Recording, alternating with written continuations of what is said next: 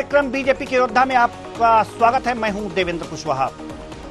उत्तर प्रदेश की अगर जहां तक बात करें तो लोकसभा चुनाव 2024 में बीजेपी ने यहां पर जो 80 लोकसभा की सीटें हैं उनमें से 51 लोकसभा की सीटों पर अपने उम्मीदवार उतार दिए हैं, यानी कि अपने योद्धाओं को रण क्षेत्र में यानी कि लोकसभा क्षेत्र में उतार दिया है। इन्हीं 51 लोकसभा सीटों में एक एक करके हम उनके योद्धाओं के राजनीतिक सफर के बारे में लगातार बता रहे हैं। साथ ही साथ 2019 के लोकसभा चुनाव में किस पार्टी की क्या स्थिति थी इस लोकसभा क्षेत्र में उसको भी बता रहे हैं। साथ ही साथ 14 के सापेक्ष 2019 में किस पार्टी को कितने प्रतिशत मतों का नुकसान हुआ या फिर किनको फायदा मिला किस पार्टी को, ये भी हम बता रहे हैं। साथ ही साथ जो योद्धा चुनाव मैदान में उतरे हुए हैं उनके सामने क्या चुनौतियां आ सकती हैं इस लोकसभा क्षेत्र में, इसका भी हम आपको जानकारी लगातार दे रहे हैं। साथ ही साथ राजनीतिक विश्लेषक के माध्यम से हम लगातार आप सबको ये बताने में लगे हुए हैं कि आखिर इसके समीकरण क्या हैं और अगर जो चुनाव होते हैं आज अगर जो चुनाव होते हैं तो क्या सियासी समीकरण हो सकते हैं। हालांकि इसके बाद जब भी आचार संहिता लगेगी, चुनाव की घोषणा होगी तो परिवर्तन होते हैं, लेकिन बहुत ज्यादा परिवर्तन नहीं हो पाते हैं। कुछ वेब चलती हैं, कुछ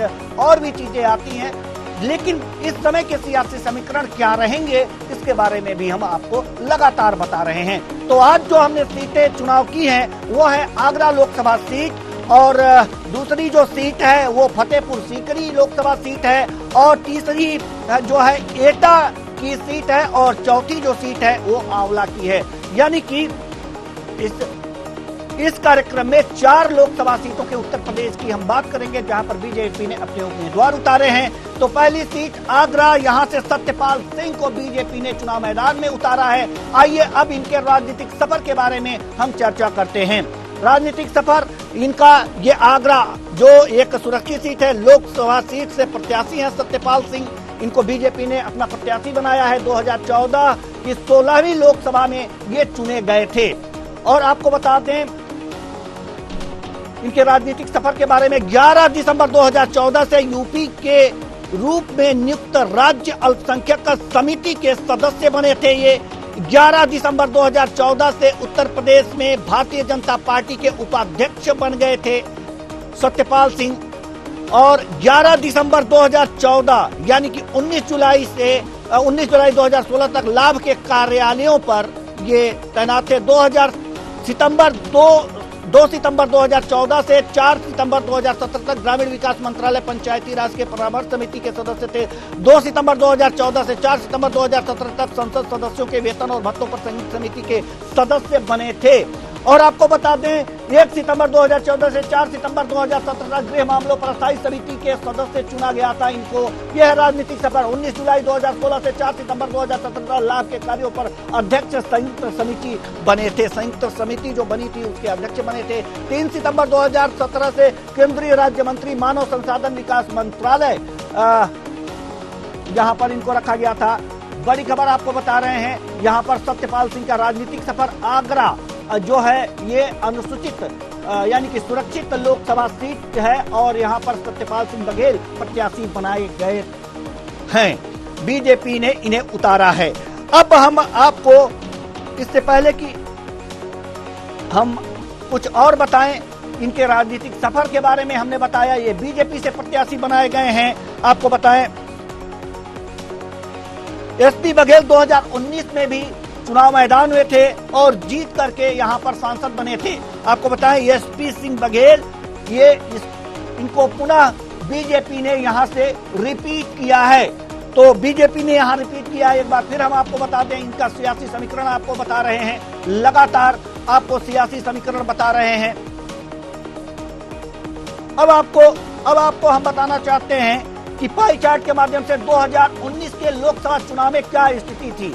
2019 लोकसभा चुनाव में पाई चार्ट के माध्यम से बीजेपी 56.48% यहाँ पर इनको वोट मिले थे, बीएसपी 38.01% और भारतीय राष्ट्रीय कांग्रेस 3.94% इनको वोट मिला था।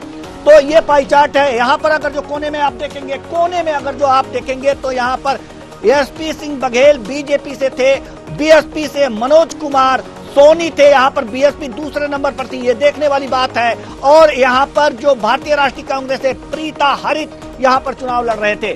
ये आपको मैंने पाई चार्ट के माध्यम से बताया कि किसको कितने प्रतिशत वोट यहाँ पर मिले हुए थे। अब हम आपको कॉलम चार्ट के माध्यम से अगर जो आपको बताएं तो कॉलम चार्ट के माध्यम से हम आपको बताएं कि 14 के सापेक्ष 2019 पे किसको कितने प्रतिशत वोट मिले थे, ये हम आपको बता रहे हैं। बीजेपी को 1.95% मतों का जो है फायदा मिला था। यही बीएसपी के मत प्रतिशत में 11.53% की वृद्धि हुई थी और ये दूसरे स्थान पे थी। आईएनसी के मतों में भी वृद्धि दर्ज की गई थी 0.69%। अगर जो पुलिस में आपको दिखाएं तो आपको और ज्यादा स्पष्ट हो जाएगा, इनके परसेंटेज भी आप देख पाएंगे। तो हम आपको बता रहे हैं कि बीजेपी से एसपी सिंह बघेल जो कि इस बार फिर रिपीट किया है बीजेपी ने, इनको ये चुनाव मैदान में थे। आपको बता दें कि यहाँ पर बीजेपी को 1.95% मतों का फायदा हुआ था, बीएसपी को 11.53% मतों का फायदा हुआ था और यहाँ भारतीय राष्ट्रीय कांग्रेस को 0.97% मतों का फायदा यहाँ पर हुआ था। अब हम चलेंगे आगरा से हमारे साथ जो वरिष्ठ पत्रकार है ब्रजेश सिंह हमारे साथ जुड़ चुके हैं। ब्रजेश सिंह हमारे साथ, तो कुल मिलाकर के देखा जाए जैसे ही हमारे साथ वरिष्ठ पत्रकार महोदय जुड़ते हैं हम आपको इसका पूरा विश्लेषण बताएंगे। जैसा कि हमारे साथ आगरा से ब्रजेश सिंह जो हैं वरिष्ठ पत्रकार हमारे साथ जुड़ चुके हैं। बहुत बहुत स्वागत है आपका हमारे इस कार्यक्रम में। जी ब्रजेश सिंह जी, आप हमें सुन पा रहे हैं? जी बिल्कुल सुन पा रहे हैं। जी ब्रजेश सिंह जी, आपका बहुत बहुत स्वागत है हमारे इस कार्यक्रम में। यहां पर सत्यपाल सिंह बघेल को यहां पर उतारा है बीजेपी ने आगरा से। तो सत्यपाल सिंह जी का अगर जो देखा जाए तो ये 2019 में भी यहां पर चुनाव लड़े थे, सांसद हुए थे, विजयी हुए थे। इस बार रिपीट करने के पीछे का कारण क्या हो सकता है? जी बिल्कुल, जो प्रोफेसर एसपी सिंह बघेल है उनका राजनीतिक कैरियर जो है बहुत अच्छा रहा है शुरू से ही। कि जिस भी पार्टी में गए हैं वहां पर जो है विजयी घोषित हुए हैं। इन्होंने जो है इनके कहिए कि इनका जो राजयोग है वो बहुत मतलब जबरदस्त है। इनका राजयोग इतना अच्छा है कि जहां भी ये जाते हैं वहां पे विजयी घोषित हुए हैं। लगातार निरंतर 2019 में भी ये जो है भाजपा से जो है विजयी घोषित हुए और जो है प्रेजेंट में इस वक्त जो है केंद्रीय मंत्री हैं। और अभी इनको सरकार ने, भाजपा ने दोबारा जो है इनको चुना है और बहुत अच्छा इनका जो है राजनीतिक सफर रहा है जनरली। और लोग इनसे जो है ये बहुत अच्छे राजनीतिज्ञ भी हैं, क्योंकि इनकी जो पकड़ है अपने लोकसभा क्षेत्र में एक को ये जो है बाई नेम बता देते हैं कौन सी जनता का किस जाति की कितनी मतलब किस जो समीकरण कैसा है क्या है वो सब इनको बहुत अच्छी जानकारी है। इनको जो बहुत अच्छे ये विश्लेषक भी है, क्योंकि इनका जो लोकसभा क्षेत्र है वो पूरा क्षेत्र इनको बाय नेम अच्छी तरह जानते हैं। जी ब्रजेश जी, सवाल यहाँ पर यह है कि इतना अच्छा इनकी पकड़ है जैसा कि आप बता रहे हैं, तो इनके सामने तो कुछ खास चुनौतियां यहाँ पर इस लोकसभा सीट में नहीं होंगी, आगरा लोकसभा सीट में। लेकिन अगर जो देखा जाए पिछले चुनाव में तो 2014 के सापेक्ष जो मतों में वृद्धि देखी गई है, यहाँ पर बीएसपी की मतों में वृद्धि देखी गई है। ये वृद्धि कैसे हुई और क्या ये वृद्धि जारी रह सकती है? इस वृद्धि का पहले कारण आप बता दीजिए, समझा दीजिए हमारे दर्शकों को। देखिए बिल्कुल बताऊं आपको, क्योंकि ये जो आगरा जो क्षेत्र है वो एक दलित राजधानी बोली जाती है। यहाँ पर दलितों का बहुत जो है संख्या है यहाँ पर। और पिछले अगर आंकड़ों को देखते हैं तो ये जो है यहाँ पर जो दलित की जो विधानसभा सीट है वो विधानसभा सीट प्रॉपर एक को छोड़ के बाकी सभी जो है विधानसभा पर जो है बसपा का अधिकार था। तो एक तरफा कह सकते हैं हम कि जो है इस वक्त जो है जो समीकरण बोल रहे हैं कहीं ना कहीं कह सकते हैं कि जो है अभी तो नहीं, लेकिन हाँ आने वाले अभी बसपा ने अपना कोई जो है नॉमिनेट नहीं उतारा है, कोई भी अपना कैंडिडेट यहाँ पर नहीं उतारा है। तो कहीं ना कहीं हम देखेंगे कि जो इनका जो राजनीतिक कैरियर है अभी तो सही है, लेकिन अभी कुछ समय पहले ही जो है अभी इनका एक एकमात्र विधानसभा क्षेत्र है, वहां पर इनका विरोध हुआ था। क्षत्रिय लोगों ने इनका जो है विरोध किया था और एक महापंचायत भी बिठा रहे थे उसमें क्षत्रिय लोगों जो है क्षत्रिय सभा, लेकिन वो महापंचायत नहीं हो पाई थी। और आगे भी इनका जो है विरोध एक विधानसभा में इनको काफी अच्छा विरोध देखा जा रहा है, जो कि बहुत बड़ी विधानसभा है। और वहां के जो भाजपा विधायक हैं, भाजपा के विधायक भी हैं उसी क्षेत्र से, विधानसभा से, अहमदपुर से, तो निरंतर इनका जो अभी विरोध भी हुआ है। तो कहीं ना कहीं हम बिल्कुल कह सकते हैं कि शायद इस बार कुछ ना कुछ बीएसपी की जो है शायद कुछ अच्छी वोटिंग पड़े। जी, यानी कि अगर जो बीएसपी की वोटिंग परसेंटेज अच्छी होगी तो दिक्कतों का सामना करना पड़ सकता है बीजेपी को। बिल्कुल बिल्कुल, बीजेपी को दिक्कतों का सामना क्योंकि इस वक्त तो आपको पता है भाजपा की लहर है, तो कहीं ना कहीं मोदी और योगी की सरकार में मतलब हर कोई चाहे कुछ भी हो जाए, लेकिन कहीं ना कहीं देखने को मिलता है। हाँ, जनता अगर क्षेत्र में जाते हैं तो जनता कहती है हम बहुत परेशान हैं, लेकिन परेशान होने के बावजूद भी उनका सपोर्ट जो है बीजेपी को ही जाता है, तो कहीं ना कहीं देखने को मिलेगा। लेकिन हाँ, आगे ये तो अब समय वक्त बताएगा कि जो है जनता जनार्दन है और वो किसको जो है वोट करती है। जी, आप हमारे साथ बने रहिए। अब हम रुक करेंगे दूसरी लोकसभा सीट जो है फतेहपुर सीकरी की तरफ। फतेहपुर सीकरी से जो हमारे उम्मीदवार बनाए गए हैं बीजेपी के द्वारा, वो है राजकुमार चाहर। राजकुमार चाहर के राजनीतिक सफर के बारे में हम अपने दर्शकों को बता दें। फतेहपुर सीकरी से लोकसभा सीट से प्रत्याशी हैं राजकुमार चाहर। और आपको बताएं कि अगली स्लाइड में हम आपको बता रहे हैं कि 1986 में राष्ट्रीय स्वयंसेवक संघ के संघ शिक्षा वर्ग प्रशिक्षण लिया था इन्होंने 1986 में। 1987 में हिंदू जागरण मंच में जिला संयोजक रहे हैं। ये आपको बता दें कि राजकुमार चाहर हिंदू जागरण मंच के जिला संयोजक रहे हैं। 1988 से 1993 तक बजरंग दल के ये संयोजक रहे हैं राजकुमार चाहर, जिन्हें की बीजेपी ने फतेहपुर सीकरी से मैदान में उतारा है। 1993 से 1998 तक भाजपा युवा मोर्चा के जिला अध्यक्ष रहे हैं। इन्हें बीजेपी ने यहाँ पर अगर जो फतेहपुर सीकरी की बात की जाए तो चुनाव मैदान में उतारा है। किसान मोर्चा के जिलाध्यक्ष और प्रदेश अध्यक्ष रहे हैं, यानी कि किसानों के बीच भी इनकी पैठ है। 2007 में फतेहपुर सीकरी विधानसभा क्षेत्र से भाजपा से इन्होंने चुनाव लड़ा था। आप देख सकते हैं कि ये क्या स्थिति है यहाँ पर। 2012 में फतेहपुर सीकरी विधानसभा क्षेत्र से निर्दलीय चुनाव लड़े थे। ये 2012 में निर्दलीय चुनाव लड़े थे, ये देखने वाली बात होगी। 2019 में भाजपा से फतेहपुर सीकरी से लोकसभा क्षेत्र से ये जीते थे। जैसा कि हमने पहले ही जिक्र किया कि ये 2019 में बीजेपी से ये इन्हें टिकट मिला और ये जीते भी थे। तो 2019 में भाजपा से ये लोकसभा क्षेत्र से जीते थे। ये चाहर का जो सियासी सफर था हमने आपको बताया, पाई चार्ट के माध्यम से आपको बता रहे हैं। पाई चार्ट के माध्यम से हम आपको बताने जा रहे हैं कि 2019 में किसकी क्या स्थिति थी फतेहपुर सीकरी की। ये पाई चार्ट आ गया, इसमें बीजेपी 64.32%, यहाँ पर राजकुमार चाहर यहाँ 2019 में लोकसभा चुनाव में ये थे। और यहाँ पर आईएनसी को 16.59% वोट मिले हैं। राज बाबर यहां पर चुनाव लड़ रहे थे। बीएसपी को 16.2, करीब करीब बीएसपी और भारतीय राष्ट्रीय कांग्रेस, इनके मतों का प्रतिशत आप देख लीजिए, कुछ ही अंतर है। और दूसरे नंबर पर कांग्रेस रही है, बीएसपी यहां पर तीसरे नंबर पर रही है। यानी बीएसपी का वोट बैंक जो है वो अगर जो भोजपुरी और वहां के उत्तर प्रदेश की भाषा में अगर कहें तो खांटी वोट बैंक है, ये हमेशा दूसरे और तीसरे स्थान पर रह रही है बीएसपी, आप देख रहे हैं।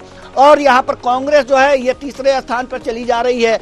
कांग्रेस से राज बब्बर यहाँ पर चुनाव लड़ रहे थे, आपने ये देख लिया पाई चार्ट के माध्यम से किस पार्टी को कितने प्रतिशत वोट मिले थे। अब कॉलम चार्ट के माध्यम से हम आपको बताएंगे कि कॉलम चार्ट के माध्यम से 2014 के सापेक्ष 2019 में कितने प्रतिशत मतों का इजाफा हुआ था, किसको फायदा हुआ था, किसको नुकसान। तो यहाँ पर बीजेपी के मतों में 20.26% का यहाँ पर फायदा दिखा रहा है और यहीं बीएसपी के मतों में 9.98% का यहाँ पर नुकसान दिखा रहा है। अब यहाँ पर आप देख सकते हैं कि जो पाई चार्ट में दूसरे और तीसरे नंबर की जहां तक बात हो रही थी, अगर जो कांग्रेस के मत प्रतिशत में बढ़ोतरी हुई है तो ज्यादा से ज्यादा बीएसपी के वोटों को ही काटा है कांग्रेस ने, जबकि यहां पर बीजेपी के वोट बैंक में यहां पर 2014 के सापेक्ष 2019 में बढ़ोतरी दिखाया जा रहा है। तो यहां पर ये चीजें साफ स्पष्ट होती हैं पाई चार्ट और इस कॉलम चार्ट के माध्यम से।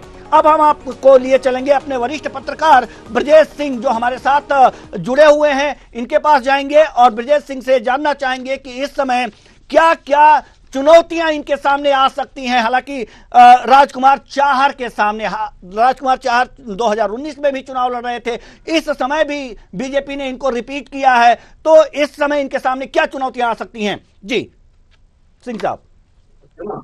बिल्कुल, राजकुमार चाहर जो है एक कहिए 2019 में बहुत अच्छे मतों से जो विजयी हुए थे, लेकिन अभी हाल फिलहाल देखा जा रहा है भाजपा के जो विधायक हैं देहात क्षेत्र से, रामेश्वर चौधरी, वो जो है सांसद है राजकुमार चाहर जो वर्तमान, उनको भी भाजपा ने दोबारा जो है नॉमिनेट किया है, तो उनका जो है विरोध जता रहे हैं क्षेत्र में, लगातार उनका जो है विरोध देखा जा रहा है। तो कहीं ना कहीं कह सकते हैं कि उनकी जो, क्योंकि चाहर जो ये राजकुमार चाहर है, इनके बहुत चाहर वाटी के नाम से मशहूर है, यहाँ पर चारों का बहुत बड़ा गढ़ है, और निरंतर यहाँ पर देखा जा रहा है कि जो चौधरी बाबूलाल है वो भी जो है जाट संप्रदाय से ही है, तो निरंतर कहीं ना कहीं देखा जाए कि इनका जो है राजकुमार चाहर जी का जो है इनका विरोध हो रहा है वहां क्षेत्र में। लेकिन वो अभी कुछ लोग, अभी एक महापंचायत भी बुलाई थी जो है चौधरी बाबूलाल जो विधायक है उनके पुत्र ने, और महापंचायत में काफी लोग भी उन्होंने अच्छे खासे जो है इकट्ठे हुए थे। तो कहीं ना कहीं देखा जाए तो राजकुमार चाहर का निरंतर विरोध हो रहा है, लेकिन भाजपा सरकार ने दोबारा से उनको जो चुनकर एक, तो कहीं ना कहीं अगर ये भी कह सकते हैं हम कि जो है आने वाले समय में अगर कुछ, अगर कहीं ना कहीं अगर उनको अपने उसमें अपने खांचे में नहीं लिया जाता है, अपनी तरफ पड़ने में नहीं लिया जाता है, तो राजकुमार चाहर को अच्छी खासी जो है नुकसान का सामना करना पड़ सकता है। जी शायद आप जो बात कर रहे हैं बाबूलाल चौधरी की, तो बाबूलाल चौधरी तो बीजेपी से 2014 में चुनाव लड़ चुके हैं बीजेपी से, तो यहाँ पर विरोध करने का क्या मायने निकाल सकते हैं? पहले वो सांसद थे, लेकिन अब वो दोबारा उन्हें सरकार ने जो है भाजपा से विधायक नॉमिनेट, वो अभी प्रेजेंट में विधायक हैं, भाजपा के विधायक हैं। तो अब यही बीजेपी प्रत्याशी के खिलाफ क्या विरोध प्रदर्शन करेंगे, विरोध में खड़े होंगे? क्या कहना क्या चाह रहे हैं, मतलब क्या यहाँ पर बीजेपी के आपसी फूट दिखेगी? पुत्र रामेश्वर चौधरी जो है उनका विरोध कर रहे हैं। हाँ। वो बिल्कुल एक तरह बागीपन दिखा रहे हैं कि उनको जो है सीट ना दे करके वो सीट खुद लेना चाह रहे थे कि वो सीट जो है रामेश्वर चौधरी को मिले। बिल्कुल जी। तो रामेश्वर चौधरी को ये सीट नहीं मिली और टिकट जो है पुनः राजकुमार चाहर के पास चली गई, तो कुल मिलाकर के विरोध हो रहा है। अब इस पर कितना अंकुश लगा पाएगी बीजेपी और केंद्रीय नेतृत्व, ये तो देखने वाली बात होगी। लेकिन सबसे बड़ा सवाल यहाँ पर अगर जो जातीय गणित को देखें तो कौन सी जातियां बीजेपी को ज्यादा सपोर्ट करती हुई देखी जा सकती हैं? नहीं, बिल्कुल देखा जाए तो बीजेपी को सपोर्ट लगभग, अगर दलित वर्ग को छोड़ देते हैं तो सभी जातियां जो है बीजेपी को सपोर्ट कर रही हैं, और निरंतर बीजेपी को सपोर्ट किया है। इसी वजह से राजकुमार चाहर जो है 2019 में भाजपा के सांसद बने, और तो कहीं ना कहीं देखा जाए तो अगर दलितों को छोड़ करके बाकी सभी जो है इसको जो है भाजपा को सपोर्ट कर रही है। जी, लेकिन अगर जो इनका विरोध जारी रहा और ये विरोध जो है बंद नहीं हुआ, बागीपन जारी रहा रामेश्वर चौधरी का, तो क्या लगता है कि मतों में जो है मत प्रतिशत में गिरावट देखी जा सकती है? नुकसान हो सकता है बीजेपी को? बिल्कुल, अगर ये जो विरोध है प्रॉपर विरोध चल रहा है, अगर विरोध जो है नहीं बंद हुआ तो कहीं ना कहीं मतों में बिल्कुल गिरावट आ सकती है, और कहीं ना कहीं इसका खामियाजा भाजपा को भी उसको भी भुगतना पड़ेगा। तो कहीं ना कहीं अगर देखा जाए तो रामेश्वर चौधरी को सबसे पहले उनको जो है ये जो विरोध है वो विरोध को बिल्कुल बंद करवाना पड़ेगा, और बंद नहीं हुआ तो कहीं ना कहीं जो है भाजपा को हो सकता है कि शायद ये इसका बहुत बड़ा नुकसान जो है खामियाजा भुगतना पड़े। जी, तो अगर जो देखा जाए रामेश्वर चौधरी का विरोध यहाँ पर लगातार जारी रह रहा है, तो कौन कौन से ऐसे वर्ग हैं कि ये रामेश्वर चौधरी के साथ हो सकते हैं और बीजेपी को यहाँ पर नुकसान हो सकता है, चाहर साहब को नुकसान हो सकता है? नहीं, देखा जाए तो जैसे रामेश्वर चौधरी निरंतर अपने, उनका जाट बाहुल क्षेत्र है, और जाट बाहुल क्षेत्र में निरंतर वो घर घर जाकर पंचायत और उनका जो है आपस में जो छोटे छोटे अपने सम्मेलन कर रहे हैं, उसके तहत मतलब कहीं ना कहीं देखा जाए तो केवल जो, क्योंकि जाटों की बहुत बड़ी संख्या 140-142 गांव है उनके, तो बहुत बड़ा मतलब उनका वोटिंग है। तो कहीं ना कहीं अगर वो डाइवर्ट होती है, अगर उनमें बंटवारा होता है तो कहीं ना कहीं इनको शायद नुकसान का सामना करना पड़ सकता है। जी, तो जाट वोट बैंक यहाँ पर बहुत ही महत्वपूर्ण है, और 1,90,000 के करीब यहाँ पर जाट यहाँ पर हैं, आबादी है, तो नुकसान तो बीजेपी को उठाना पड़ सकता है अगर रामेश्वर चौधरी के बागीपन को समझाया बुझाया नहीं गया, इनको सही सेटलमेंट नहीं किया गया। तो बहुत बहुत धन्यवाद आपका इस ताजा विश्लेषण के लिए। अब हम रुख करेंगे अगली सीट की तरफ, और जो अगली सीट है ये है एटा की, जहां से बीजेपी ने राजवीर सिंह को चुनाव मैदान में उतारा है। आइए इनके राजनीतिक सफर के बारे में जान लेते हैं। एटा लोकसभा सीट से प्रत्याशी हैं राजवीर सिंह। राजवीर सिंह का ये सियासी सफर, आपको बता दें कि 2002 से 2007 तक उत्तर प्रदेश विधानसभा के सदस्य रहे हैं राजवीर सिंह, और उत्तर प्रदेश सरकार में स्वास्थ्य मंत्री भी रहे हैं। ये स्वास्थ्य मंत्री रहे हैं उत्तर प्रदेश के सरकार में। 2003 में लोक लेखा समिति के सदस्य रहे हैं राजवीर सिंह। ये इनका सियासी सफर आपको बता दें, मई 2014 में 16वीं लोकसभा के लिए ये निर्वाचित हुए थे। 2014 में 16वीं लोकसभा के लिए निर्वाचित हुए थे। 1 सितंबर 2014 से उद्योग संबंधी स्थायी समिति के सदस्य बने राजवीर सिंह, और 12 सितंबर 2014 से अन्य पिछड़ा वर्ग के कल्याण संबंधी समिति कृषि मंत्रालय के सदस्य हैं। 2014 से ये रहे हैं सदस्य। अब हम आपको पाई चार्ट के माध्यम से इस लोकसभा सीट पर किस पार्टी को कितने प्रतिशत मत मिले थे इसकी जानकारी दे रहे हैं। यह पाई चार्ट के माध्यम से यहाँ बीजेपी को 54.52% वोट मिले थे। यहाँ पर सपा दूसरे नंबर पर थी, सपा दूसरे नंबर पर है। यहाँ पर 42.25% इसको वोट मिले हैं, और IND को जहां से हरिओम चुनाव लड़ रहे थे इनको 0.64% वोट मिले हैं। अगर कोने में जाएंगे तो यहां पर हम देख सकते हैं बीजेपी से राजवीर सिंह यहां पर चुनाव लड़ रहे थे, और राजवीर सिंह को पुनः रिपीट किया गया है। और SP से यानी कि समाजवादी पार्टी से देवेंद्र सिंह यादव यहां पर चुनाव लड़ रहे थे, इनको 42.25% मत मिले हैं। आप ये देख सकते हैं। अब हम कॉलम चार्ट की ओर रुख करेंगे जल्दी से। कॉलम चार्ट के माध्यम से हम आपको बताएंगे कि 2014 के सापेक्ष 2019 में किस पार्टी को नुकसान हुआ है, किसको नफा हुआ है। बीजेपी के मतों में यहां पर 3.24% की बढ़ोतरी देखी गई है, वहीं यहां पर सपा के मतों में 12.67% की बढ़ोतरी देखी गई है। आपको बता दें कि राजवीर सिंह यहां से चुनाव लड़ रहे थे 2019 के लोकसभा चुनाव में। 3.24% मतों की बढ़ोतरी के साथ इन्होंने चुनाव जीता, लेकिन SP के मतों में बढ़ोतरी तो यहां पर हुई, लेकिन ये दूसरे नंबर पर रही। करीब 10% इसको बीजेपी से कम वोट मिले। तो यह बढ़ोतरी तो हुई 2019 में, लेकिन ये दूसरे नंबर पर सपा रही है। और तो हमारे साथ राजनीतिक विश्लेषक एटा से संतोष यादव जी जुड़ चुके हैं। बहुत बहुत स्वागत है आपका हमारे इस कार्यक्रम में। संतोष यादव जी, यहां पर हमने पाई चार्ट के माध्यम से देखा कि 2014 के सापेक्ष 2019 के लोकसभा चुनाव में जो है यहां पर SP के मतों में यानी कि समाजवादी पार्टी के मतों में भारी जो है बढ़ोतरी देखी गई है। करीब करीब अगर जो हम आपको बताएं तो ये 12% के करीब करीब यह बढ़ोतरी देखी गई है। ये कारण क्या था 2019 के लोकसभा चुनाव में कि सपा को इतनी बढ़ोतरी मिली है यहाँ पर? देवेंद्र जी, एक बात तो बड़ी साफ है कि 2019 के चुनाव में समाजवादी पार्टी का बहुजन समाज पार्टी से जो पैक्ट रहा, उस पैक्ट के कारण ही 12% वोट था जो बढ़कर मिला। लेकिन जो वोट बढ़ा और पैक्ट भी हुआ, लेकिन बहुजन समाज पार्टी का सारा वोट अगर ट्रांसफर किया अगर हो जाता इस समाजवादी पार्टी के गठबंधन को, तो निश्चित रूप से जब भारतीय जनता पार्टी को हार का मुंह देखना पड़ता, क्योंकि जैसा आपने देखा कि बहुत ज्यादा बदलाव नहीं था। मात्र 1,22,000 वोट का अंतर रहा समाजवादी पार्टी और भारतीय जनता पार्टी में।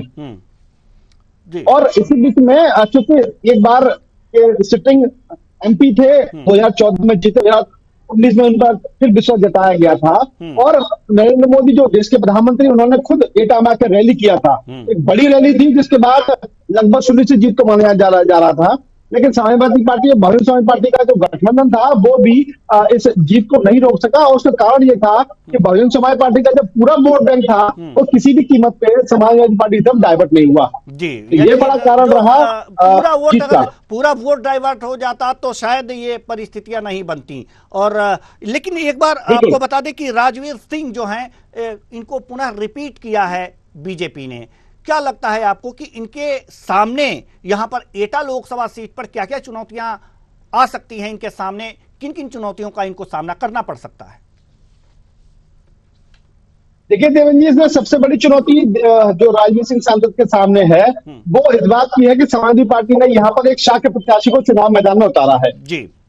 पिछले बार लगभग 2,80,000 से 3 लाख के बीच में जो शाक्य समाज का वोट है, वो एक तरफा वोट गया था सांसद राजवीर सिंह की तरफ। अब उस पर सेंध लगाने का प्रयास किया समाजवादी पार्टी की तरफ से। अगर हम पिछले चुनाव के आंकड़ों की बात कर ली जाए, तो मात्र 60 से 62,000 वोट समाजवादी पार्टी को ट्रांसफर करना है भारतीय जनता पार्टी से अपनी तरफ उस जीत को हटाने के लिए। और वहीं 2,80,000 वोट है जो शाक्य समाज के हैं, जिसका प्रत्याशी अभी वर्तमान में समाजवादी पार्टी की तरफ का है। तो समाजवादी पार्टी के जो नेता है वो उसको एक बड़ी, आप अपने आप को खुशी मान के चल रहे हैं राष्ट्रीय नेतृत्व द्वारा जो उनको प्रत्याशी दिया गया है शाक्य समाज का, क्योंकि बड़ी सेंध लगाने में वो कामयाब रहेंगे। इस बात को लेकर समाजवादी पार्टी के लोग खुश हैं। भाई भारतीय जनता पार्टी के लोग हैं, उनका ये कहना है कि 2 बार का जीता हुआ प्रत्याशी या 2 बार के जीते हुए सांसद है राजवीर सिंह, इसलिए उनकी सेहत पर कोई असर नहीं है, वो यहाँ से भी तीसरी बार चुनाव जीतेंगे। रही मुद्दों की बात, तो मुद्दे बहुत सारे हैं यहाँ। देखिए, ये तो आप भी जानते हैं कि एंटी इनकम्बेंसी का जो फैक्टर रहता है किसी भी प्रत्याशी के लिए, किसी भी पार्टी के लिए, यहाँ पर एक और जिस समाज से सांसद देवेंद्र सिंह आते हैं, उसी समाज से एक अन्य और जो पूर्व विधायक रही है डिवाई की, वो लगातार एटा और कासगंज के क्षेत्रों में उसी समाज से जुड़े हुए लोगों के बीच में जा रही हैं और अपने लिए टिकट मांग रही थी। बहरहाल टिकट उनको नहीं मिली, लेकिन इसके बाद उनका दौरा लगातार जारी है। तो ये काम भी अभी सांसद को देखना पड़ेगा कि आखिरकार वो इसको बचा के रख पाते हैं। लेकिन सांसद की तरफ जो वोट है वो उनको अपना एकजुटता हुआ दिखाई दे रहा है।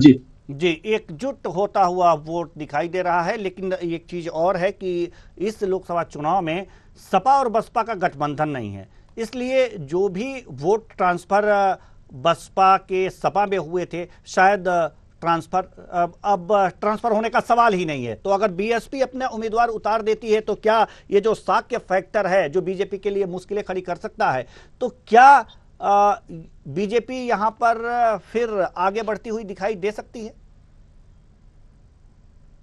देखिए, अंदरूनी की जो खबरें अगर मानी जा रही है, उसमें सदस्य जिला पंचायत है एक मुकेश यादव, लगातार पिछले दिनों से इस बात की चर्चा चल रही है कि बहुजन समाज पार्टी उनको अपना प्रत्याशी बना सकती है। तो अगर किसी भी कीमत पर अगर बहुजन समाज पार्टी ने यादव समाज के प्रत्याशी को अगर अपना टिकट दिया, तो एक बार फिर कंडीशन वही पहुंचने वाली है जो 2019 के चुनाव में थी।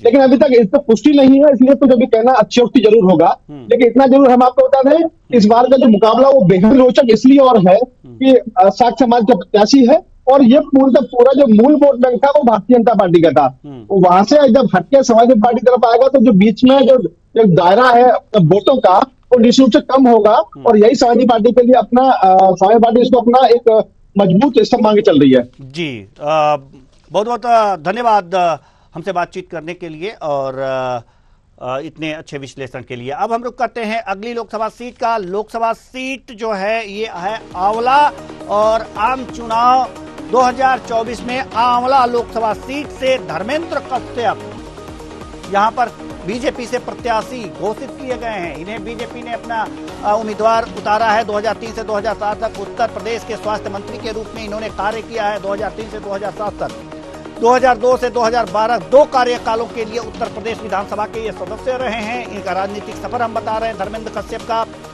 2000 से 2002 जिला पंचायत के सदस्य रहे हैं। आप देख सकते हैं 2002 से 1995 से 2000 तक क्षेत्र पंचायत के सदस्य रहे हैं। और 1 सितंबर 2014 स्वास्थ्य और परिवार कल्याण मंत्रालय के सदस्य रहे हैं धर्मेंद्र कश्यप का राजनीतिक सफर 1 सितंबर 2014 खाद्य उपभोक्ता मामलों और सार्वजनिक वितरण संबंधी स्थायी समिति के ये सदस्य रहे हैं। आप देख सकते हैं लगातार राजनीतिक सफर दिखा रहे हैं। 2014 आंवला संसदीय क्षेत्र से बीजेपी के उम्मीदवार के रूप में ये चुने गए थे 2014 में, और 2014 में ये चुने गए थे। फिर इनको जो है 2024 में इनको पुनः बीजेपी ने अपना उम्मीदवार बनाया है। अब आइए पाई चार्ट के माध्यम से 2019 के लोकसभा सीट के बारे में हम आपसे आपको बताते हैं कि 21 पार्टी को कितने वोट मिले थे। पाई चार्ट है, बीजेपी को 51.07%, धर्मेंद्र कुमार यहाँ से विजयी रहे हैं। और यहाँ पर कांग्रेस को रुचि वर्मा, माफ कीजिएगा, कांग्रेस से कुंवर सर्वराज सिंह 40.27% इनको वोट मिले हैं। और बीएसपी का यहाँ पर 5.94% यहाँ पर वोट दिखा रहा है। यानी कि बीजेपी पहले नंबर पर और कांग्रेस दूसरे नंबर पर। बीजेपी से धर्मेंद्र कुमार, बीएसपी से रुचि वर्मा और कुंवर सर्वराज सिंह जो हैं वो कांग्रेस से थे। आइए अब आपको हम दिखाएंगे कॉलम चार्ट के माध्यम से 2014 के सापेक्ष 2019 में किसको कितने प्रतिशत मत का फायदा हुआ, किसको कितना नुकसान हुआ। तो बीजेपी के मत प्रतिशत में 9.91% का यहाँ पर ये देख सकते हैं आप कि यहाँ पर बढ़ोतरी हुई है। वहीं बीएसपी के मतों में 21.17% की और कांग्रेस के मतों में 3.49% की यहाँ पर वृद्धि देखी गई है। अब हम यहाँ पर रुक करेंगे कि बीएसपी 2019 में दूसरे स्थान पर रही है। अगर जो पाई चार्ट की तरफ देखें तो थोड़े से नाम में गड़बड़ी यहाँ पर आ गई है। हम आपको एक बार और दिखा दें कि यहाँ पाई चार्ट दिखा दें, क्योंकि यहाँ पर जो नाम लिखे गए हैं परसेंटेज तो सही है लेकिन नाम थोड़े से इधर उधर हो गए हैं। तो दूसरे नंबर पर यहाँ पर बीएसपी रही है, ये आईएनसी लिख दिया गया है। ये थोड़ा सा गलत है, हम क्षमा चाहते हैं अपने दर्शकों से कि ये पाई चार्ट है। दूसरे नंबर पर यहाँ पर बीएसपी है और तीसरे नंबर पर कांग्रेस है। तो 2019 की अगर जो हम बात करें तो यहाँ पर जो परसेंटेज है वो सही है। कुल मिलाकर के ये देखा जाता है ये बीएसपी का परसेंटेज है और ये जो है कांग्रेस का परसेंटेज है। तो यहाँ पर हमारे संवाददाता ज्ञान सिंह हमारे साथ जुड़ चुके हैं आंवला से। आम चुनाव 2024 लोकसभा चुनाव में आंवला सीट से यहाँ पर प्रत्याशी घोषित किए हैं धर्मेंद्र कश्यप। धर्मेंद्र कश्यप के सामने क्या कुछ चुनौतियां सामने आ सकती हैं? जी देवेंद्र जी, मैं आपको बता दूं यहाँ पर काम फिलहाल मौजूद में सांसद रहे हैं धर्मेंद्र कश्यप जी 2019 में, लेकिन उनसे ये जो वादा किए हैं यहाँ पर बदायूं, फतेहपुर और आंवला सीट पर ये 5 जगह आती हैं। यहाँ पर आए पहले भी कई सांसदों ने वायदे कर दिए हैं लेकिन आज तक कोई भी वायदा पूरा नहीं हुआ है। इसीलिए धर्मेंद्र कश्यप का थोड़ा पिछले से वोट बैंक से इस समय कम प्रतिशत जा रहा है। जी, वोट प्रतिशत क्या क्या मुद्दे हैं यहाँ पर, क्या क्या मुद्दे यहाँ पर दिखाई दे रहे हैं? जी, यहाँ पर मैं आपको बता दूं ये आंवला लोकसभा सीट में विधानसभा क्षेत्र में आंवला, फीतरी, चैनपुर और फरीदपुर, बदायूं और शेखपुर स्थानीय मुद्दों पर जहां प्रत्येक सांसद ने राजकीय इंटर कॉलेज और कृषि विश्वविद्यालय बनाने का और फूड ब्रिज बनाने का वायदा किया था। यहाँ पर ना तो और चीनी मिल बनाने का वायदा किया था। यहाँ पर कोई भी वायदा पूरा नहीं हुआ है अभी तक। सभी जनता इन मुद्दों को, पिछले मुद्दों को लेकर जागरूक है। तो क्या ये अब जो कि चीनी मिल और तमाम जो उद्योग स्थापित करने की यहाँ पर बात की जा रही थी, जो वादे किए गए थे वहां पूरे नहीं हुए हैं, तो इसका नुकसान झेलना पड़ सकता है क्या? जी बिल्कुल झेलना पड़ेगा, क्योंकि जनता जागरूक हो चुकी है और पीछे तो जिन सांसदों ने वादे किए हैं जनता को इतनी जानकारी नहीं थी, लेकिन यहाँ पर वादे तो किए जाते हैं लेकिन यहाँ पर जो काम है वो कागजों तक ही सीमित रह जाता है, जनता के बीच तक नहीं पहुंच रहा है। जनता जागरूक हो चुकी है, इसका उन्हें नुकसान जा सकता है। जी, बहुत बहुत धन्यवाद ज्ञान सिंह यहाँ पर बातचीत करने के लिए और सीट के बारे में कुछ बताने के लिए। तो कुल मिलाकर के ये देखा जा सकता है कि आज हमने उत्तर प्रदेश की 4 सीटों पर डिस्कशन किया है, विश्लेषण किया है और ये जाना है कि